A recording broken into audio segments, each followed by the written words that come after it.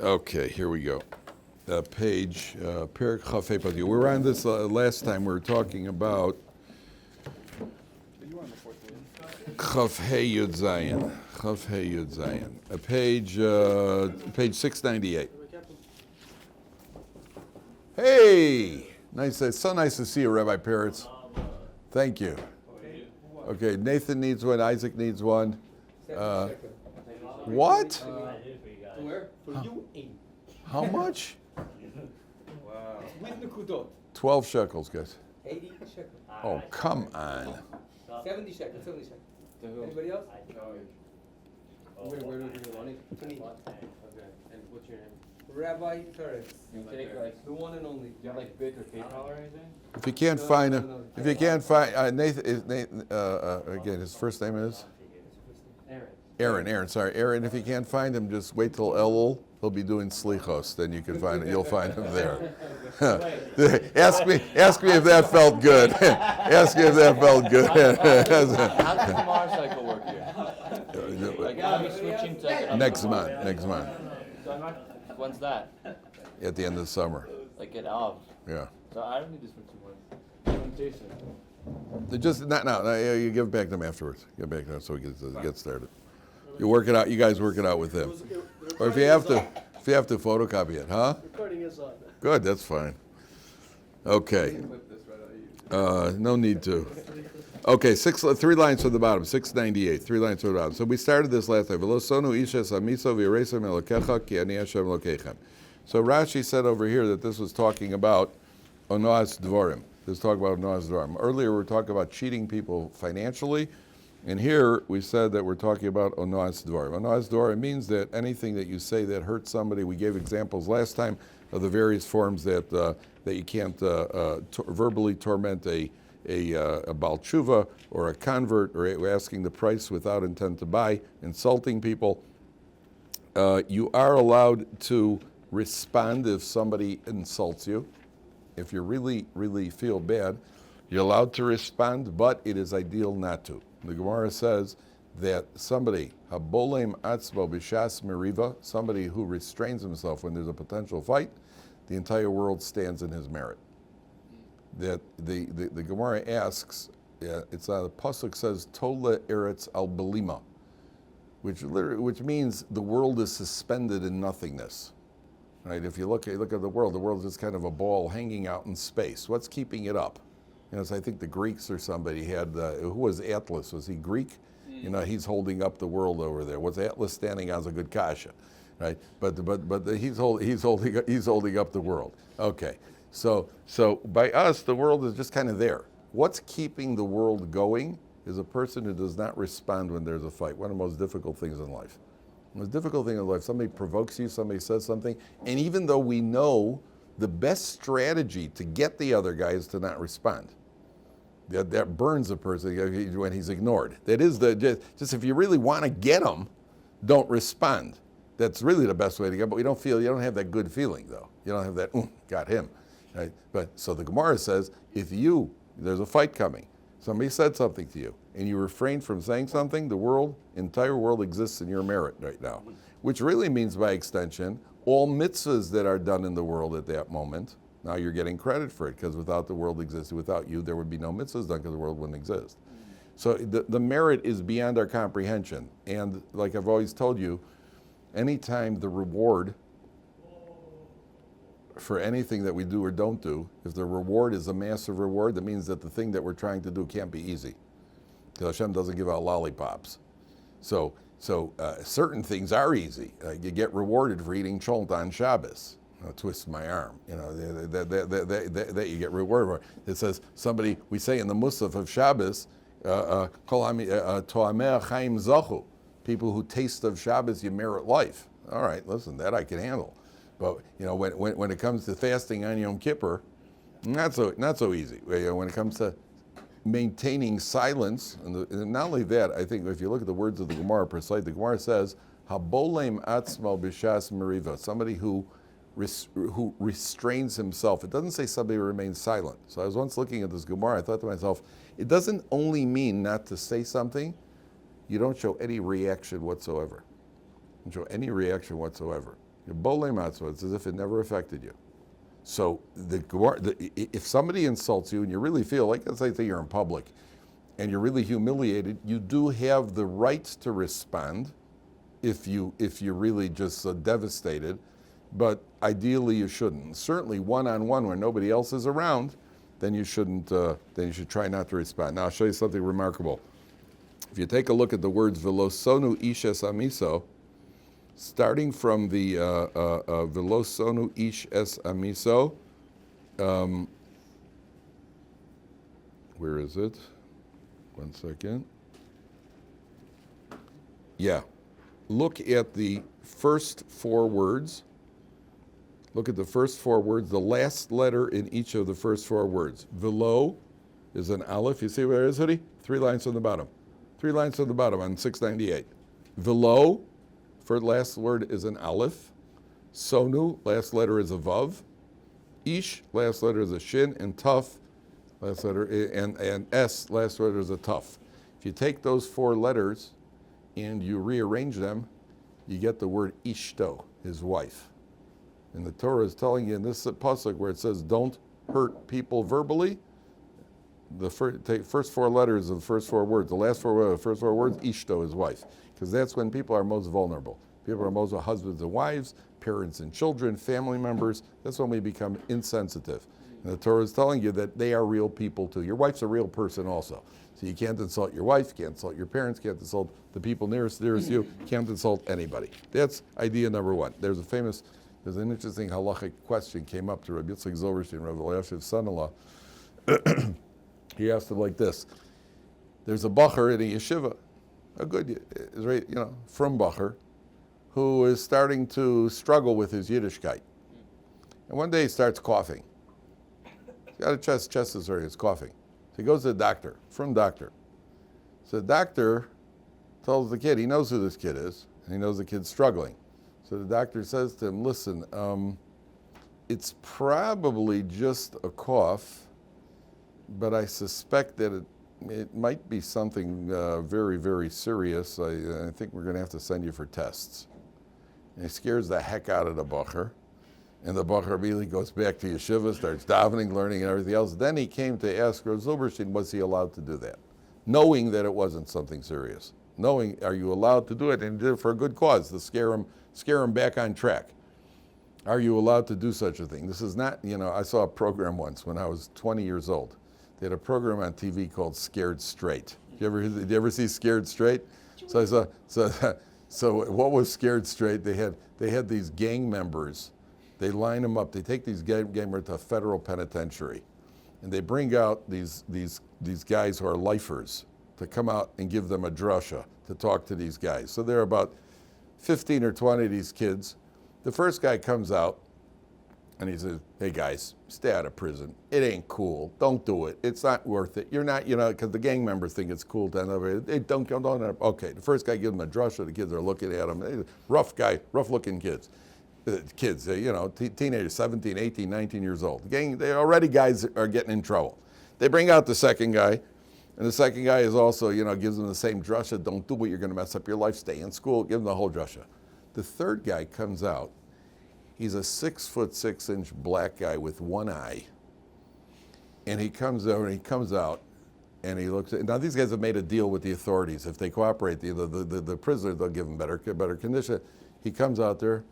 He goes, if any of you end up in prison, I'm going to rip you apart limb by limb. I'm going to tear you to pieces. And all of a sudden he stops. He's a completely different type of, he says, nobody could do anything to me over here.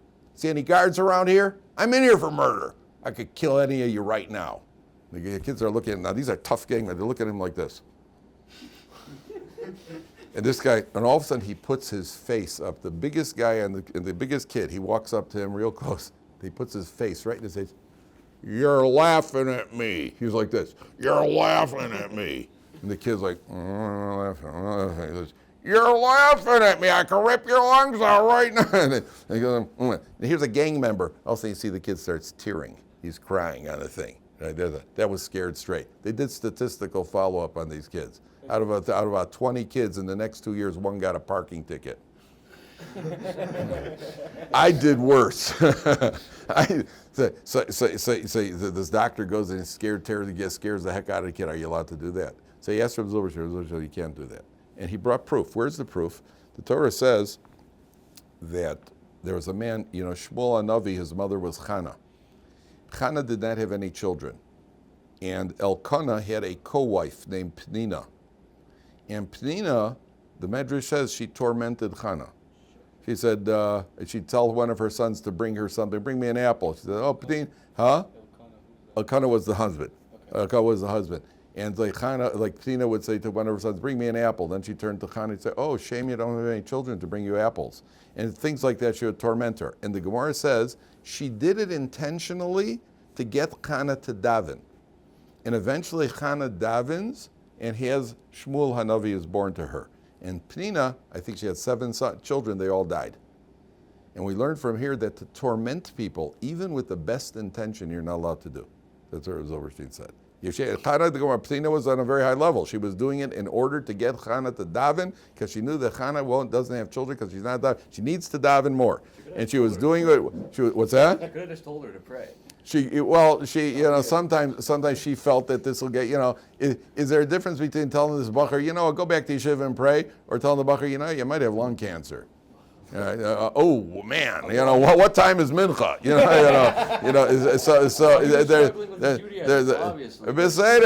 I'm just telling you what the case was. That's what he said.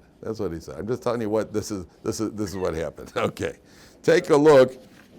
Yes. Previously taught us when a father punishes the child, even if he's not actually mad at the child, in the best case. But a father and a child. Good. A father. Excellent question. A father-child is different because the father has a mitzvah. The Gemara says in Makos that when it talks about killing somebody unintentionally, and you have to go to the cities of refuge, it doesn't include a father who hits his son.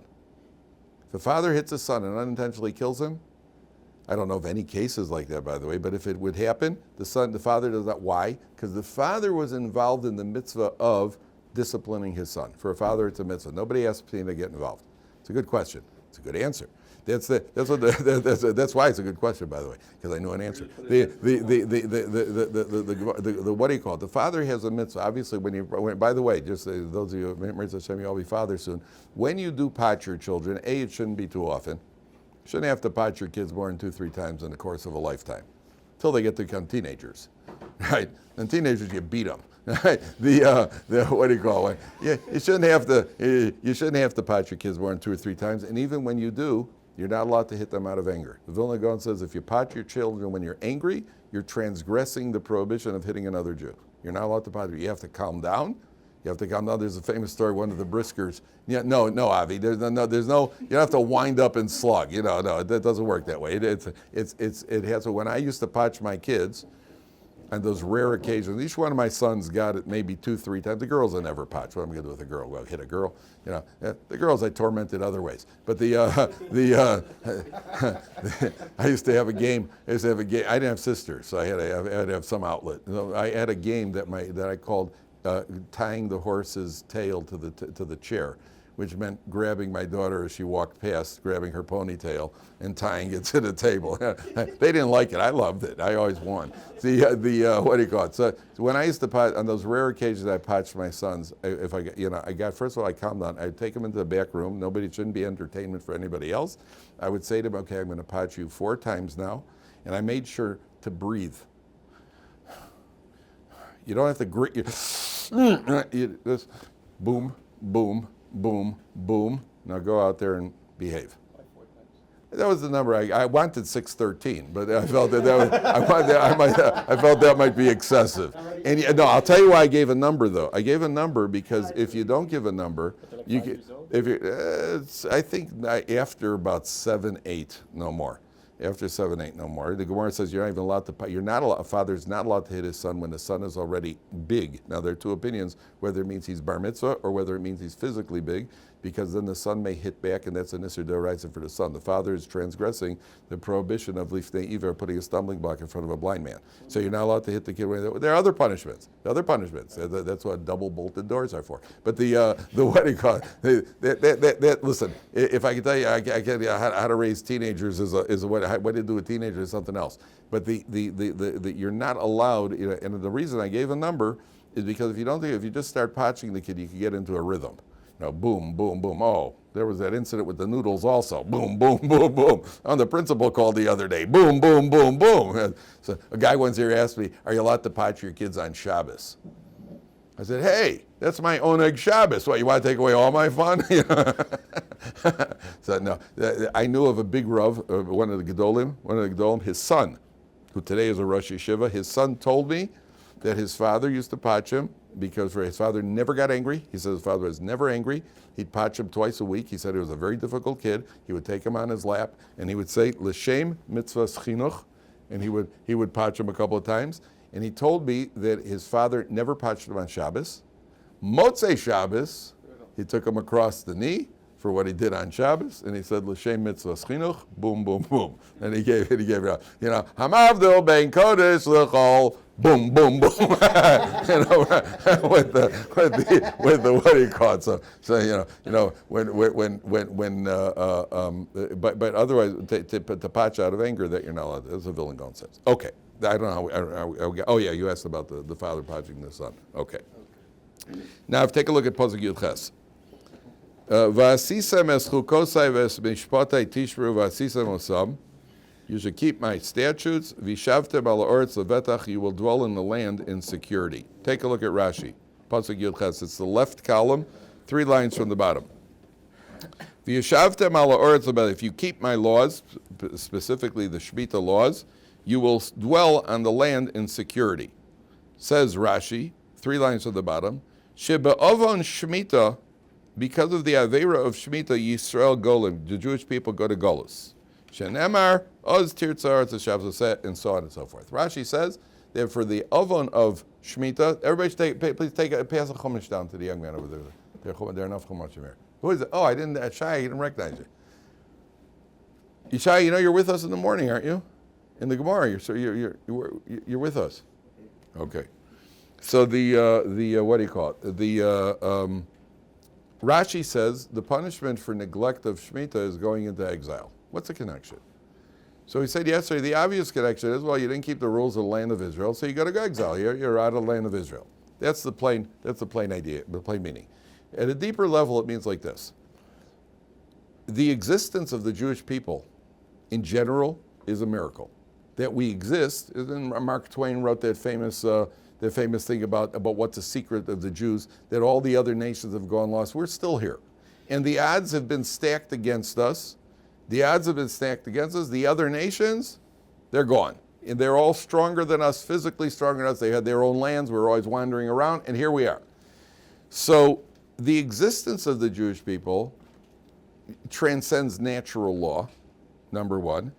Not only the existence of the Jewish people transcends natural law, staying in the land of Israel transcends. I mean, they're all bigger than us and stronger than us. We're surrounded by, 80 million Arabs? 80 million Arabs are surrounding us? We're not. Well, we're so tough, we're so strong. I mean, the very fact is that even if you look at the Israeli army, right, and the miracles of the Israeli army, yeah, but why should they have developed the best army in the course of the 70 years that they've been around? Why? The other nation, the other country have been around longer. I mean, these guys can't even build helicopters. What's with their, why? That's also miraculous. Why are they, what do you call it? What's his name? What's the guy's name? The guy, the Iranian guy. Yes, he should. Ibrahim Raisi. He should rest in pieces. So he what do you call the Raisi pieces? So what do you call it? So why by natural law we should not be in the land of Israel. By natural law we should be off the land. Take a chumash, you'll be able to follow it better. Is that a chumash? Oh, you got us? Where? Okay. By natural law we shouldn't be here. So how our existence in the land of Israel is beyond nature.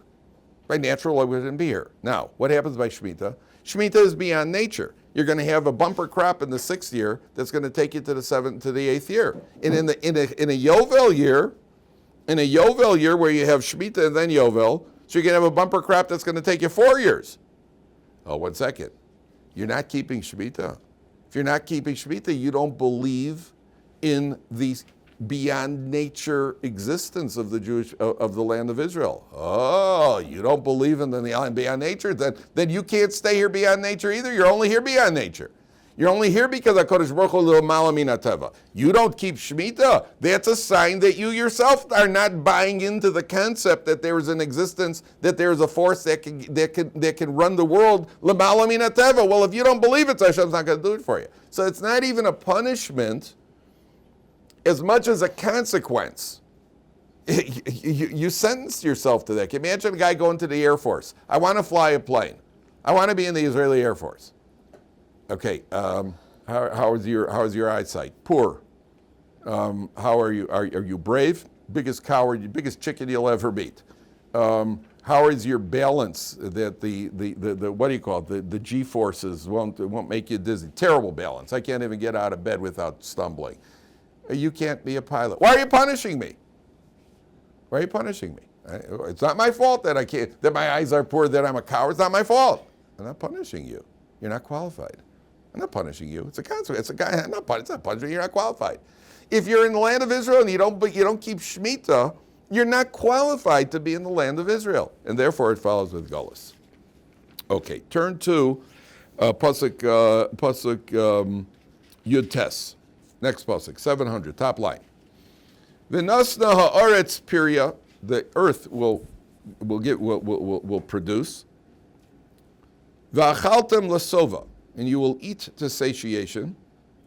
Vishavtem levetach aleo, yet you will dwell in security. So the Mepharshim point out, if you're in a land and you're eating to satiation, the produce is good, the wheat, the grain, the fruits, everything is good, that's going to make the land very desirable to outsiders. They're also going to want to take this land. Yet the Torah promises you got nothing to worry about. Vishavtem levetach. You're going to dwell in security in the land in spite of how rich the land is. Isn't that what all wars are for?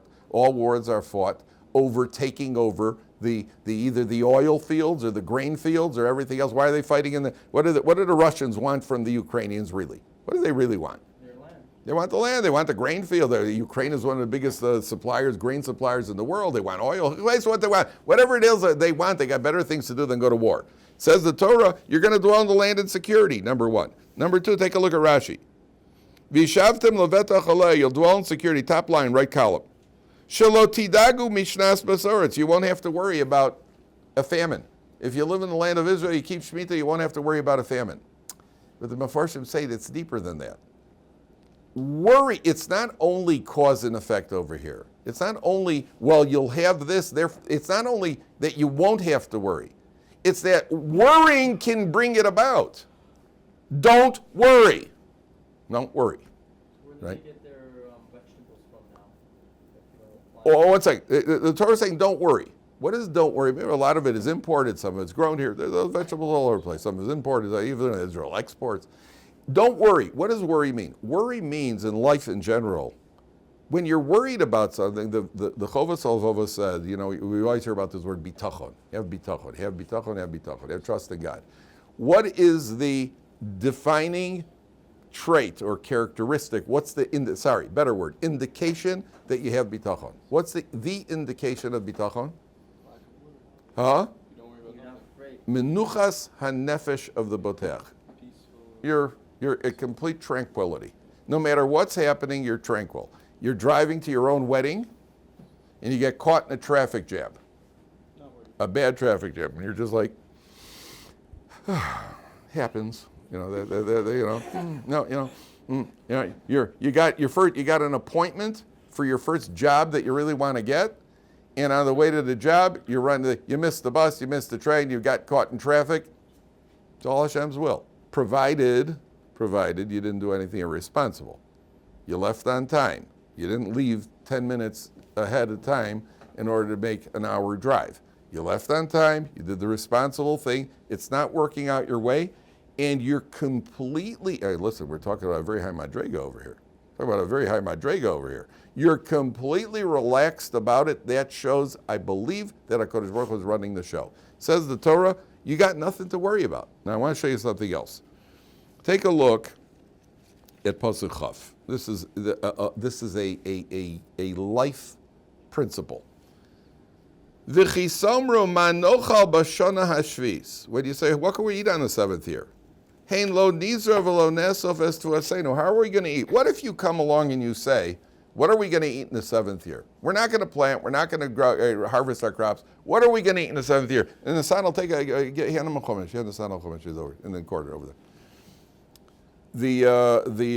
Page 700. What are we going to eat in the 7th year? So why would you come along and say this? Now, you'll notice that the first it says when you say it, the Torah first promises you'll be satiated. Well, look at the order of the psukim. First, the Torah says you'll be satiated. Then the Torah says, and if you say, but what will we eat? So then the Torah at the third line says, if you say, what will we eat? V'tzivisi es birkasi lachem b'shana hashishis, I will command, my blessing will be there. The asas es atzvul shel shem, it'll produce the grain for 3 years. I don't understand. The Torah already promised bumper crop. The Torah already promised. So why? The Torah says you're going to have a bumper crop. If you keep Shmita, you'll have a bumper crop, you'll eat, you'll be satisfied, you'll be dwell in security. Then the Torah says, and if you ask, what are we going to eat? Says the Torah, well, then you'll have a bracha for 3 years. I mean, something's out of order here. It's a reassurance, I guess. It's a reassurance. That's what it sounds like. What do you say, Azriel? Say it's kind of counterintuitive because, guy can always say, okay, I will do a Shmita year unless I'm going to have a record harvest the 6th year. If I'm not going to have it, Torah is not true, I will continue 7th year. Okay, so why does the Torah repeat it? Why does the Torah repeat it? No idea, but I see it already as an escape for people. As an escape for people. So, okay, so the Torah is telling you 2 levels here. There are 2 levels. Level 1 is I don't ask any questions. Hashem says, keep Shmita, and I say, okay. Then you're going to you will eat to satiation. That means even if it doesn't produce a lot, you'll eat and be satiated. If you come along and you're a little slightly less level, is that okay? We'll keep Shmita, but what are we going to eat? No, you just dropped. You just dropped in your level of bitachon. You're asking questions. So Hashem says, okay, you have nothing to worry about. I'll give you a 3-year bumper crop. But with 3-year bumper crop means now you're going to have to work. You're going to have to harvest the field. You're going to have to go to work. The other way, you wouldn't even have to work. The small amount that would grow would be sufficient. You'll eat it. We'll be satiated. We'll be no, you're asking questions. Now you're going to have to go out there in the hot, sweaty fields, and you're going to have, yes, you'll have a bumper crop because you're keeping Shmita. But your level dropped, now you're going to be starting to ask questions. That's how the Mefarshim explain the sequence of the psukim. But there's another idea underlying this. There's something called, you guys have experienced this, Yom Kippur starts, right? Where are you 10 minutes before Yom Kippur, Shaya? Where are you 10 minutes before Yom Kippur? Where do you find yourself? Most people by a fountain, a drinking fountain, Yeah. right? True or not true? Yeah. Okay. 10 minutes before Yom Kippur, you take a drink, you get a few cups of water. Each family has their special segula, how many cups you need to drink, and for sure you won't be thirsty, right? 3 cups of water, 7 cups of water, 613 cups of water, and for sure you won't be thirsty. What happens 10 minutes into Yom Kippur?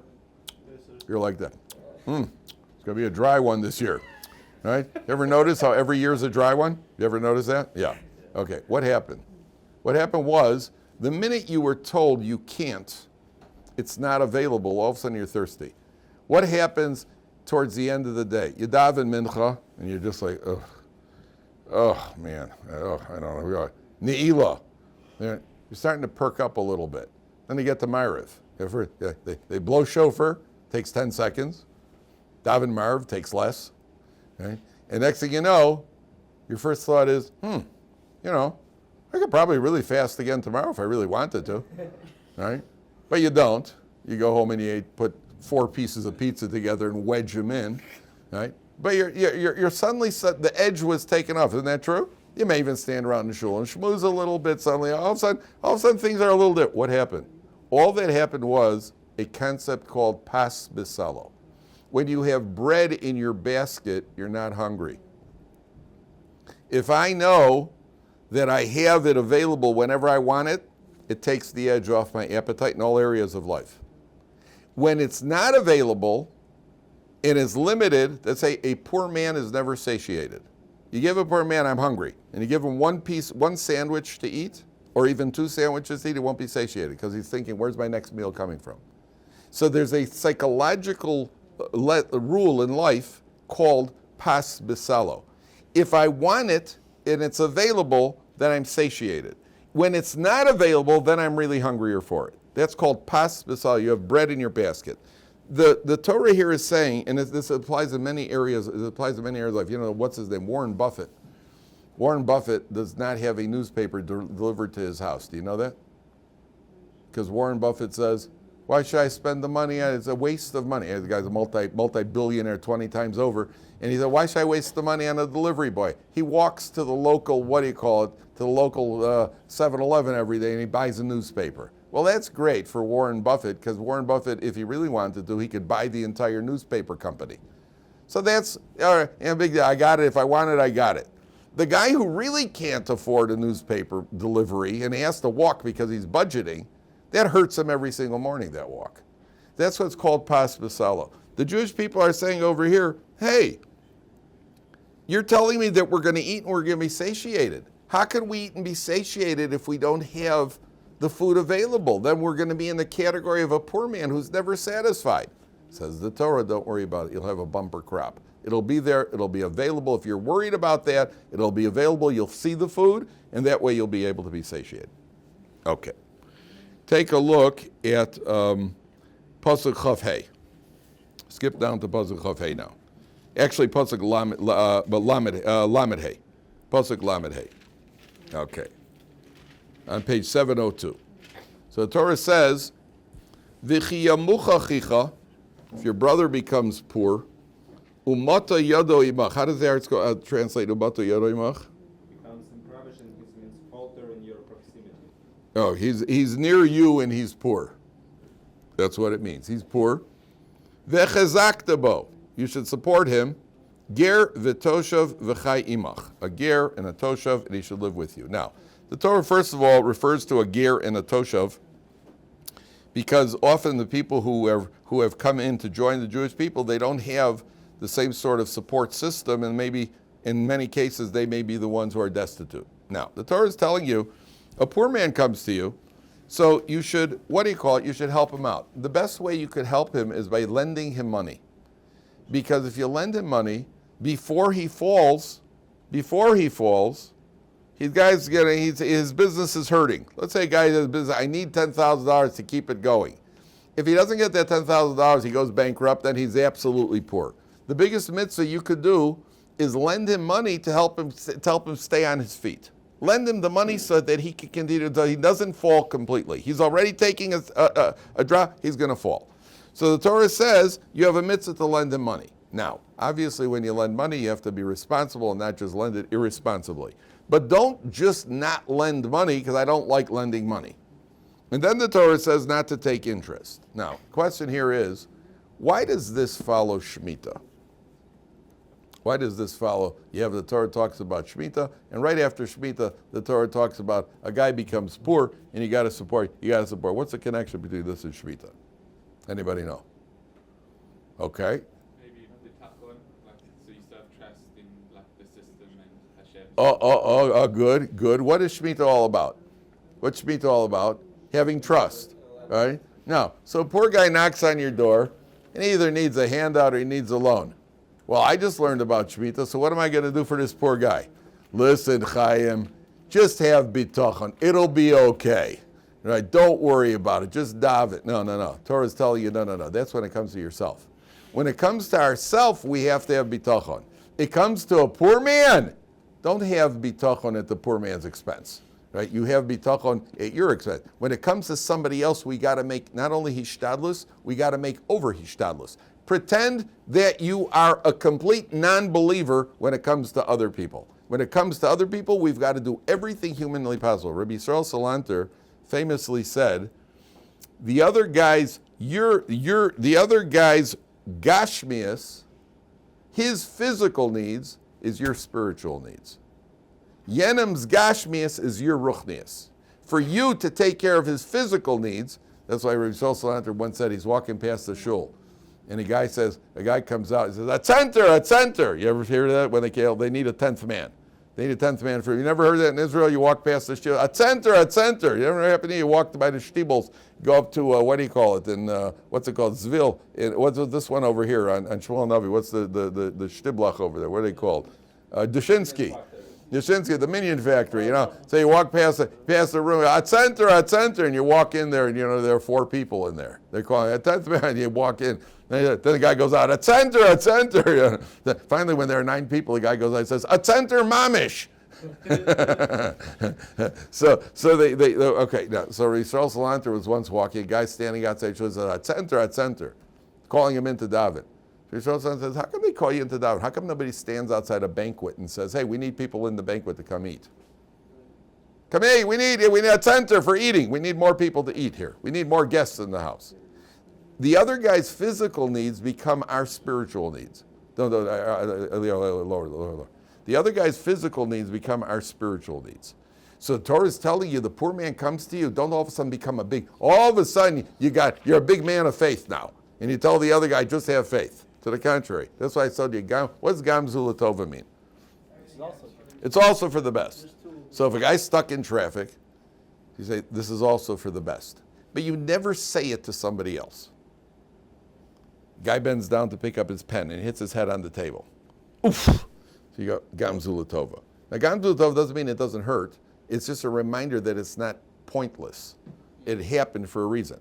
But if the other guy bends down and he hits his head on a table, it says Gam Zulatova, right? Because then he'll hit you with a stender and he'll say Gam Zulatova, right? then you'll have a Gam Zulatova fight. Don't Gam Zulatova at other people's expense. Don't worry, have bitachon. People say don't say have bitachon. Say have a $20 bill. Don't say have bitachon. So Gam Zulatova is, the Torah is teaching you the poor man. 1 second, doesn't just apply to a poor man. We're talking about a guy who started to fall. What do you do when a guy started to fall? Help him that he shouldn't fall completely. Keep him on his feet. The Gemara says somewhere that I don't know where it says when a donkey is starting to collapse, when the load is starting to fall off the donkey, when the load is starting to fall off the donkey, it only takes one person to help readjust it. If it falls off completely, 10 people got to pick it up. If a man is starting to struggle, one person can keep him on his feet with a loan. Once he collapses completely, then it's going to fall on the community. A lot of people are going to have to be involved. The commentaries say over here, it's not only talking about physical people, it's not only talking about, it's talking to every one of us. Every single one of us has good days. There are days davening goes well, our interpersonal relationships go well, we're learning Torah well, we're doing our mitzvahs well, we're controlling our eyes, controlling our thoughts. We're having a good day. So as one of the guys once here put it, we're connecting. Then you have days where we're struggling, and you have days where we're downright not doing so well. So the Mefarshim say, this applies to us. This applies to us. We're starting to fall. Don't collapse all the way down. Pick yourself up, catch yourself right there, and pick yourself up right away. Just move up right away. I've always tell guys, sometimes the guy says, I don't feel like going to davening. I go to shul, the davening doesn't mean anything to me. So the guy stays in his room. You stay in your room and you don't go to shul at all that happens is you've now taken a second step back. Now you need 2 things. You need to get to shul, and you need to have kavanah when you're davening. On an average day, I have, let's say, 40% kavanah, and then yesterday I only had 10% kavanah, so the third day I'm going to stay in my room, so now I've taken a further step back. Just go to shul the next day, even if it's only a 10% kavanah. Don't take that extra step back. Keep yourself at that level, and eventually you'll move up to the standard that you're accepted, that you expect of yourself. And that applies in every area of Avodas Hashem. Okay. One last point here is it says not to lend with interest. The next pasuk says, what do you call it? Next pasuk says, lo sitein lo beneshech uvemarbis lo sitein achlacha. Don't lend. To the goy you could, and to a Jew you can't.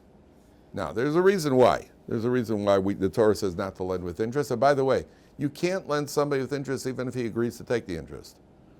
And if you lend with interest, you're doing an avera by lending me, I'm doing an avera by taking it. So there are 2 reasons why interest, 2 basic reasons. We spoke about this once before. There are 2 reasons why interest is basically forbidden. One of them is that, when you lend somebody with interest, they come up with a number. Well, it's 4.75 compounded biannually. And the guy just says, okay. Next thing you know, he's paying so much money, he doesn't realize how much money it was going to be. And that's why it's called neshech. It's like a snake bite. When a snake bites, the venom penetrates in 2 small holes. Next thing you know, his whole arm is swollen. So interest is putting the other guy in a bad situation, number one.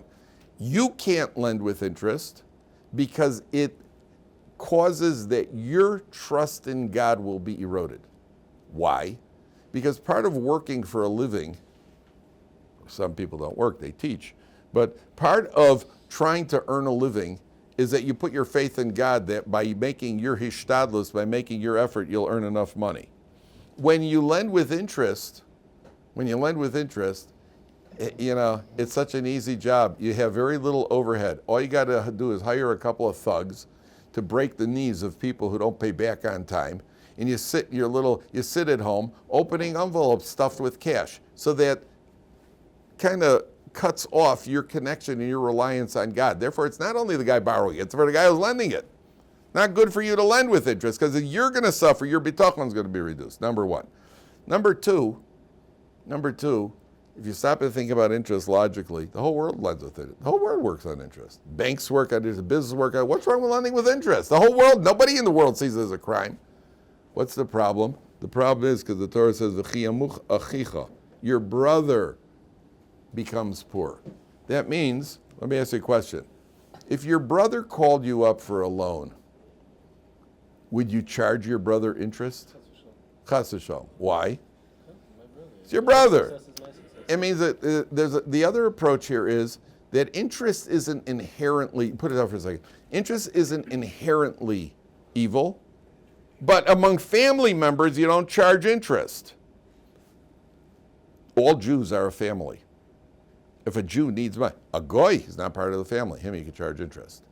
A goy also won't ruin your bitachon, because many times through Jewish history, Jews lent to goyim, and what ended up happening? They burnt the records and had a pogrom. So it's anything but a certainty that you're going to get your money back. So your bitachon, to the contrary, when you lend to the goyim, you're going to be diving your heart out. A, that they get the money back. B, that they leave us alone, that they don't burn the town. So, but when you lend to a Jew, you're lending to your brother. To your brother, you treat differently than strangers. I had a guy here once in this year, we were learning about interest, and I said, would you lend your family member with interest? So a guy goes, well, I lent my mother money, I charge her interest. I'm telling you, I wanted to take the guy out back in a barn and just give him a whipping. You charge your mother interest, so maybe she should charge you all the time she changed your diapers. Lend your mother with interest. I know. You got to be a pretty low creature to do that. Charge your mother interest. The Torah says you're not going to charge your brother's interest. All right. Just a reminder for anybody who's interested, we have the Shidduch investigation questions for parents. If you have a child in Shidduchim and you want to know how to ask the questions, it's available, $12 on PayPal, Dovid Kaplan, Dovid B. Kaplan, Dovid B. Kaplan at PayPal. And this should be helpful for parents who are having trouble and would like to know how to ask questions when they're investigating Shidduchim. Thank you, Al.